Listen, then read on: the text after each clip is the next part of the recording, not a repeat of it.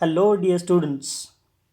Today we are going to learn about the new accounting standard called Accounting for Government Grants. Before that, if you are new to my channel, I request you to please subscribe my channel called eContent VB so that you will get the latest and updated videos on advanced accounting. Now, let's talk about this accounting standard number 12, that is accounting for government grants. Here, grant should not be recognized unless reasonably assured to be realized. Grants toward specific assets to be presented as deduction from its gross value. Alternatively, to be treated as deferred income in profit and loss account on rational basis over the useful life of the asset when depreciable. For non-depreciable assets requiring fulfillment of any obligations, it be credited to profit and loss account during the concerned period to fulfill obligations. Balance of deferred income to be disclosed appropriately as to promoters' contribution to be credited to capital reserve and considered as shareholders' fund. Grants in the form of non-monetary assets given at concessional rate to be accounted at their acquisition cost. Assets given free of cost to be recorded at the nominal value. Grants receivable as a compensation of losses or expenses incurred to be recognized and disclosed in profit and loss account in the year it is receivable and shown as extraordinary item if appropriately read with accounting standard 5. Contingency related to grants to be treated in accordance with accounting standard 4. Grants when become refundable, it should be shown as extraordinary item read with the accounting standard number 5. Grants related to revenue on becoming refundable, it should be adjusted first against unamortized deferred credit balance of the grant and then charged to profit and loss account. Grants against specific asset on becoming refundable be recorded by increasing the value of its respective assets or by reducing capital reserve or deferred income balance of the grant. Grant to promoters' contribution when refundable be reduced from the capital reserve. And the last point is accounting policy adopted for grants, including method of presentation, extent of recognition in financial statements at concession or free of cost should be disclosed. So, dear students, if you look at the chart will simply explain you the accounting for government grants. So basically, first of all, you should understand what is the meaning of grant. Grant means assistance by the government either in the form of cash, maybe in the past or future compliance with certain conditions. And here government means government or any government agency or local authorities, bodies, maybe national bodies or international bodies. So whenever such national, international, local or government, they are giving some sort of assistance to the business, maybe in the form of cash or maybe in the form of assistance.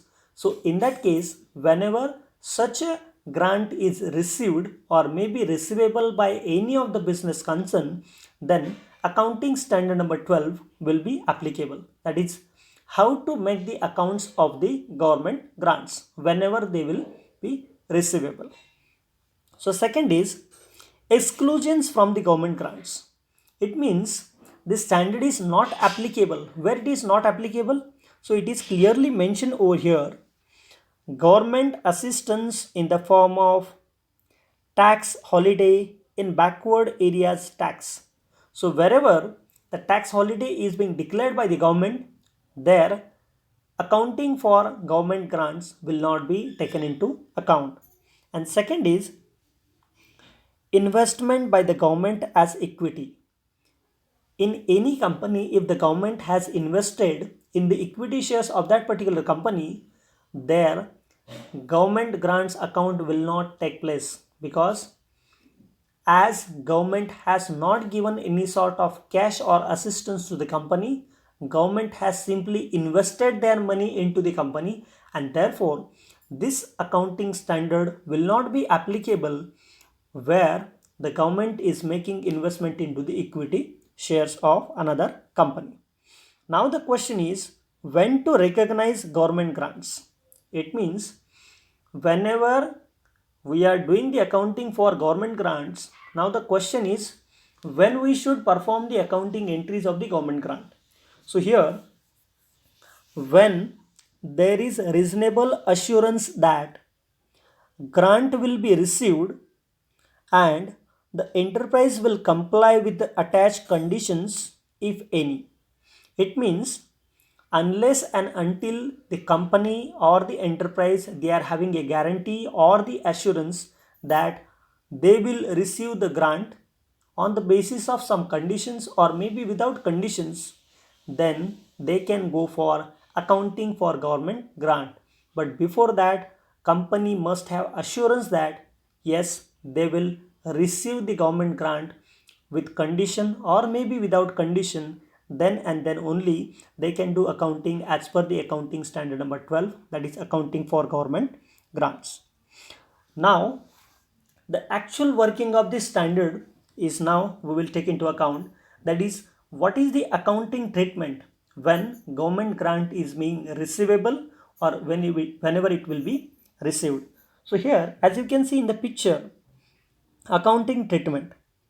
Suppose if government grant is received in the form of fixed asset.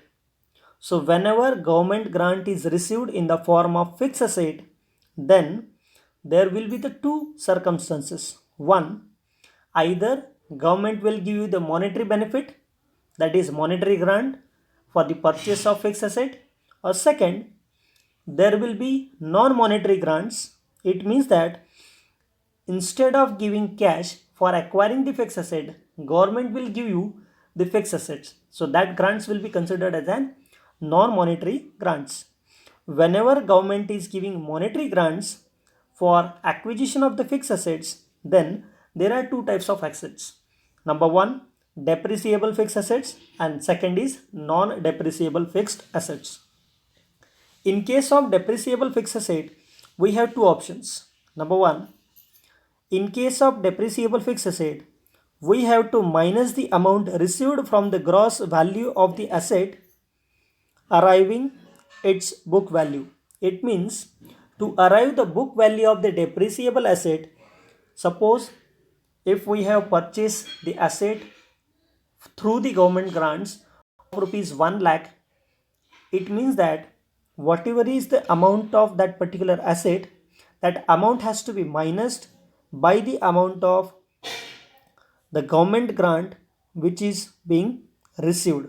For example, for acquiring 1 lakh rupees fixed asset, depreciable fixed asset, if the government has given grant of rupees 25,000, then to arrive at its book value, 25,000 has to be minus from rupees 1 lakh, so that 75,000 rupees will be the book value of that particular accounting, that particular fixed asset. Second option is that in case of depreciable fixed asset, it should be treated as deferred income and recognized in profit and loss account and rational basis over useful life of asset. It means that in the second option, instead of treating the cash which is received for the purpose of acquiring the fixed asset, you can consider this amount as an income and you can credit this amount into the credit side of profit and loss account. So here the rational basis is that you can purchase the asset, or the life of the asset is maybe 5 years, 10 years, or maybe 15 years depending upon the useful life of the asset. So whenever there will be the asset in the business, you can use that amount as an income. So this is the another perspective of the business concern, whether they should recognize the amount as a capital reserve or whether they should recognize the amount which is received for purchasing the depreciable fixed asset as income or revenue. So it is totally depend on the choice of the business. Now let's talk about the non-monetary grants. Here, non-monetary grants are the grants which are received in the form of assets. For example, plant and machinery, fixed assets. So instead of giving the cash to the businesses, government is directly giving fixed assets to the businesses. So whenever government is giving directly fixed asset to the business, there is no need of accounting because business have not purchased any asset. On the other hand, the business has received directly fixed asset from the government. So in that case, here if there are certain conditions are being attached with the non-monetary grants, then the entire amount of or the entire fixed assets will be credited to the capital reserve account, and if the conditions are not fulfilled, then grants are credited to income over the same period over the ratio in which cost of meeting such conditions is charged to income. Now we will see the another aspect. Suppose government grants may be received or they are in the nature of revenue. We have first in the first part we have seen if the government grant is being received for the purpose of acquiring the fixed asset. It means if the government grant is received as capital in nature, now we are looking for if the government grant is received as a revenue in nature. So suppose if revenue grant is being received, then again we have the two options. First option is we have to minus the grant from the related expenses which is intended to compensate. It means suppose for any college, if the grant is being received for making the salary of an employee, then whatever is the salary expenses of the employee of that particular organization, it has to be minus with the amount of grant received against the salary expenses of that particular organization. Or they are having the second option is they have to show it under other incomes in the profit and loss account statement. They can choose any of the option, either option 1 or option 2.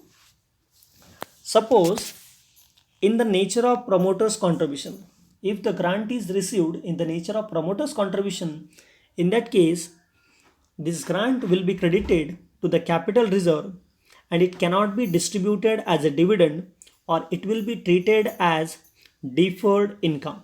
Now see why I am saying deferred income, because this income is not yet actually received to the company, because it will be receiving in the upcoming days, because now this grant is being received to the promoters. Promoters are the person those who are just in the stage of incorporation of company. They have not yet registered the company, and therefore whenever they will register the company, the entire grant will be received to this particular concern, and therefore the amount which is received for the promoter's contribution, this grant should be treated as an deferred income. Now let's move on to the next slide so that you will easily understand some special grant cases.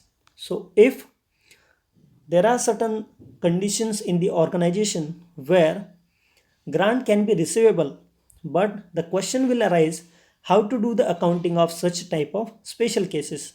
Number 1, in case of non-monetary grants, assets given at the concessional rate, we have to record all the assets at the acquisition, or the assets given at the free of cost, we have to record the nominal value of the cost of that particular asset. Second, if the grant is received for contingencies, if the grant is received for contingencies, so contingencies are the future uncertainties. It means maybe there may be a heavy rainfall, or maybe there is a huge flood in the particular area, so at that time there may be the grant that particular area or that particular concern which will be receiving. So at that time, if contingencies are arises, then grant has been recognized and accounting standard number 4 it will be applicable. And as the accounting standard 4 is being applicable over here, there will be the two cases. Number 1, for giving immediate financial support and not as an incentive to undertake specific expenditure, and second, as a compensation for expenses or losses incurred in the previous period. It means for contingencies, grant can be received as an immediate financial support, or sometime grant can be received as a compensation for expenses or losses which are incurred for the previous period. Now the next is the disclosure. As per the accounting standard number 12, here the main disclosure is accounting policy which is followed by the organization has to be mentioned clearly that in the accounting policy whether the business is in a position to receive the government grant. If yes, then it has to be mentioned in the accounting policy that which accounting policy the concern will apply for the purpose of giving treatment of accounting for government grants. And second is nature of extent of grant recognized in the financial statement has to be clearly mentioned. Now moving on to the last part of this particular presentation, refund of government grants. As you know, grants are of various types. Some grants are refundable, some grants are non-refundable. So if company or the enterprise has received some refundable grants, in that case there will be the three things. One is grants if they are refundable and they are relating to promoters contribution, then these refundable grants has to be deducted from the capital reserve of the company. Second, if the government grant is being received which is revenue in nature, in that case amount of refund adjusted against the unamortized deferred government grant and remaining balance has to be charged to the profit and loss account. And if government grant is being received which is related to specific asset and where grant is deducted from the gross value of asset, in that case refundable amount should be recorded by increasing the book value of the asset, and depreciation has to be provided prospectively. In case of deferred income, refundable amount should be adjusted with unamortized deferred income and remaining balance should be charged to the profit and loss account. The capital reserve account, it should be credited with the refundable amount which is debited to capital account. So dear friends, in simple, I am once again revising the accounting standard number 12 in Marathi so that you will be familiar with how to give the accounting treatment for government grants. तर मित्रांनो, accounting for government grant हे accounting standard हे खूप सोपं आहे. म्हणजेच काय, तर अकाउंटिंग स्टँडर्ड नंबर 12 याच्यामध्ये आता गव्हर्नमेंट ग्रांट म्हणजे काय, तर गव्हर्नमेंट ग्रांट याचा अर्थ असा आहे की शासनाकडून काही व्यवसायांना मदत मिळते आणि जी मदत मिळते त्या मदतीलाच आपण काय म्हणतो या ठिकाणी ग्रांट असं म्हणतो. मग ही मदत पैशाच्या स्वरूपात किंवा आणखीन एखाद्या सहाय्यतेच्या स्वरूपामध्ये मदत ही दिली जाऊ शकते. मग ही जेव्हा मदत गव्हर्नमेंट आपल्याला देतं, मग गव्हर्नमेंट म्हणजे कोण, तर गव्हर्नमेंट म्हणजे कोणतीही एखादी लोकल ऑथॉरिटी असेल, उदाहरणार्थ म्युनिसिपल कॉर्पोरेशन असेल, एखादी शैक्षणिक संस्था असेल, एखादी राष्ट्रीय स्तरावरची किंवा आंतरराष्ट्रीय स्तरावरती एखादी ऑर्गनायझेशन असेल, ह्या ऑर्गनायझेशन्सकडून आपल्याला जे काही सहाय्य किंवा जे काही मदत मिळते पैशाच्या स्वरूपामध्ये, तर त्याला आपण या ठिकाणी ग्रांट असं म्हणतो. आणि जेव्हा या प्रकारच्या ग्रांट आपल्याला मिळतात तेव्हा आपल्याला त्या ग्रांटचं अकाउंटिंग हे करावं लागणार आहे. आता हे अकाउंटिंग करत असताना याच्यामध्ये काही मुद्द्यांचा समावेश होत नाही. उदाहरणार्थ, जर आपल्याला गव्हर्नमेंटकडून काही सहाय्य मिळालं असेल, परंतु ते सहाय्य जर एखाद्या बॅकवर्ड एरियाजमध्ये टॅक्स हॉलिडे म्हणून दिलं असेल, तर या ठिकाणी अकाउंटिंग स्टँडर्ड नंबर 12 हा ॲप्लिकेबल होणार नाही. तसेच जर गव्हर्मेंट कंपनीने एखाद्या कंपनीच्या इक्विटी शेअर्समध्ये जर इन्व्हेस्टमेंट केली असेल तर त्या कंपनीला देखील अकाउंटिंग स्टँडर्ड नंबर 12 हा फॉलो करता येणार नाही, कारण या दोन्ही गोष्टी गव्हर्मेंटच्या ग्रांट ह्या डेफिनेशनमध्ये येत नाहीत आणि म्हणून त्या ठिकाणी अकाउंटिंग स्टँडर्ड नंबर 12 हा ॲप्लिकेबल होणार नाही. आता अकाउंटिंग फॉर गव्हर्मेंट ग्रांटचा अभ्यास करत असताना आता ग्रांट आपल्याला मिळणार आहे आणि हे अकाउंटिंग स्टँडर्ड आपण लागू करायचं आहे. हे आपण कसं ठरवणार? तर हे ठरवण्यासाठी एक खूप साधा या ठिकाणी आपल्याला फॉर्म्युला सांगितलेला आहे आणि तो म्हणजे जेव्हा आपल्याला असा विश्वास असेल, आपली अशी खात्री असेल की आपल्याला ग्रांट मिळणारच आहे किंवा मिळेलच, मग ती ग्रांट काही कंडिशनवरती मिळेल किंवा बिना कंडिशन मिळेल, तर अशा वेळेला आपण मात्र गव्हर्मेंट ग्रांटचं अकाउंटिंग करायला हरकत नाही. आणि ही अकाउंटिंग करत असताना ग्रांट ही 2 प्रकारात मिळत असते, एक तर पैशाच्या स्वरूपामध्ये आणि दुसरी सहाय्यतेच्या स्वरूपामध्ये. मग जेव्हा आपल्याला सहाय्यतेच्या स्वरूपामध्ये म्हणजेच काय, जर व्यवसायाला फिक्स असेट खरेदी करण्यासाठी जर ग्रांट मिळालेले असेल तर त्यामध्ये 2 प्रकार असतात. फिक्स असेट ह्या रोखीने पण खरेदी करता येऊ शकतात. तर रोखीने खरेदी करण्यासाठी गव्हर्मेंट काही पैसे देत असतं आपल्याला, म्हणजेच आपल्याला मॉनिटरी ग्रांट देत असतं. तर काही वेळेला पैसे न देता गव्हर्मेंट डायरेक्टली फिक्स असेटच आपल्याला घेऊन देत असतं, म्हणजेच आपल्याला एखाद्या वस्तूचं डायरेक्टली अर्थसहाय्य मिळून जातं. मग अशा वेळेला जर त्यांनी आपल्याला पैशाच्या स्वरूपामध्ये जर काही ग्रांट दिली असेल तर त्या ग्रँटमध्ये फिक्स असेट ह्या 2 प्रकारच्या असतात, एक म्हणजे डेप्रिसिएबल आणि दुसऱ्या नॉन डेप्रिसिएबल. तर जर त्या डेप्रिसिएबल फिक्स असेट असतील तर डेप्रिसिएबल फिक्स असेटचं अकाउंटिंग करत असताना एखादी मशिनरी किंवा ॲसेट खरेदी करताना त्या ॲसेटची खरेदी करत असताना गव्हर्मेंटने जर आपल्याला काही ग्रांट दिली असेल, उदाहरणार्थ 1,00,000 रुपयाची मशिनरी आपण जर खरेदी केली असेल आणि त्यासाठी गव्हर्मेंटने 25,00,000 रुपयाचं ग्रांट म्हणजेच अनुदान हे पैशाच्या स्वरूपामध्ये दिलं असेल, तर आपल्या बुक्स ऑफ अकाउंटमध्ये ॲसेट साईडला ती फिक्स असेट रेकॉर्ड करताना आपल्याला फिक्स असेटची 1,00,000 रुपये व्हॅल्यू आणि त्याच्यातून गव्हर्मेंट ग्रांट जी आपल्याला 25,000 रुपये मिळालेली आहे ती मायनस करावी लागेल आणि 75,000 ही तिची बुक व्हॅल्यू आपल्याला लिहावं लागेल. तसंच जे काही 75,000 रुपये राहिलेली किंमत आहे त्या किमतीवरतीच आपल्याला ॲसेटची जेवढी लाईफ असेल तेवढ्या लाईफवरती आपल्याला डेप्रिसिएशन हे चार्ज करावं लागणार आहे. दुसरा ऑप्शन आहे तो म्हणजे आपल्याला जी काही कॅश मिळालेली आहे ती कॅश आपण फिक्स असेटच्या खरेदीसाठी न वापरता किंवा त्या फिक्स असेटमधून ती मायनस न करता आपण ती अमाऊंट ॲज अ इन्कम म्हणून आपल्या प्रॉफिट अँड लॉस अकाउंटच्या क्रेडिटला रेकॉर्ड करू शकतो. आणि ही अमाऊंट आपण जोपर्यंत ती ॲसेट आपल्या बिझनेसमध्ये आहे तोपर्यंत आपण ती अमाऊंट आपल्या बिझनेसमध्ये वापरू शकतो ॲज अ इन्कम म्हणून. दुसरीकडे ज्या नॉन डेप्रिसिएबल फिक्स असेट्स आहेत, या नॉन डेप्रिसिएबल फिक्स असेटच्या बाबतीमध्ये इथे कुठल्याही प्रकारची कंडिशन असणार नाही, कारण की त्या ॲसेटवरती डेप्रिसिएशन पडत नाही.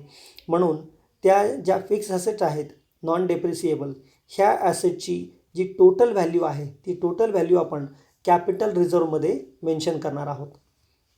आता दुसरीकडे जर तुम्ही पाहिलं तर ज्या ग्रांट आपल्याला रेव्हेन्यूच्या स्वरूपामध्ये मिळतात, रेव्हेन्यू म्हणजे काय की ज्या ग्रांट आपल्याला इन्कम म्हणून मिळतात, तर अशा ग्रांटचं जेव्हा आपण अकाउंटिंग करतो तेव्हा आपल्याला 2 पर्यायांचा विचार करावा लागतो.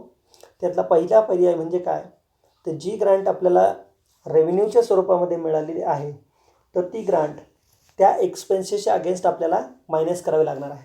उदाहरणार्थ एखाद्या जर गव्हर्मेंट कॉलेजमध्ये किंवा शाळेमध्ये शिक्षकांचा पगार करण्यासाठी संस्थेने जर काही पैसे खर्च केले असतील आणि त्याच्या अगेन्स्ट जर गव्हर्मेंटकडून काही पैसे आले असतील तर एकूण केलेल्या शिक्षकांच्या पगारातून गव्हर्मेंटकडून आलेले पैसे हे वजा केले जातात. आणि दुसरा अप्रोच असा आहे की जेवढे पैसे गव्हर्मेंटकडून आलेले आहेत ते सर्वच्या सर्व पैसे ती एक एज्युकेशनल संस्था ही इन्कम म्हणून दाखवू शकते आणि ते प्रॉफिट अँड लॉस अकाउंटच्या क्रेडिटला देखील टाकू शकतात. आता यातला कोणता पर्याय निवडायचा हे ज्या त्या व्यवसायाच्या किंवा त्या बिझनेस कन्सर्नच्या अकाउंटिंग पॉलिसीवरती डिपेंड आहे. आता काही स्पेशल केसेस देखील घडत असतात. तर या स्पेशल केसेसच्या बाबतीत देखील आपल्याला पाहायचं म्हटलं तर ज्या कॉन्टिंजन्सीज असतात, म्हणजेच भविष्यामध्ये जर काही अनिश्चित गोष्टी घडल्या तर त्या अनिश्चित गोष्टींमुळे त्याचा परिणाम हा बिझनेसवरती विपरीत होत असतो आणि हा परिणाम टाळण्यासाठी गव्हर्मेंट देखील काही अर्थसहाय्य करत असते. मग ते अर्थसहाय्य ज्यावेळेस केलं जातं ते अर्थसहाय्य पूर्णपणे घडणाऱ्या घटनांवरती अवलंबून असतं. म्हणजेच उदाहरणार्थ जर पूर आला तर काही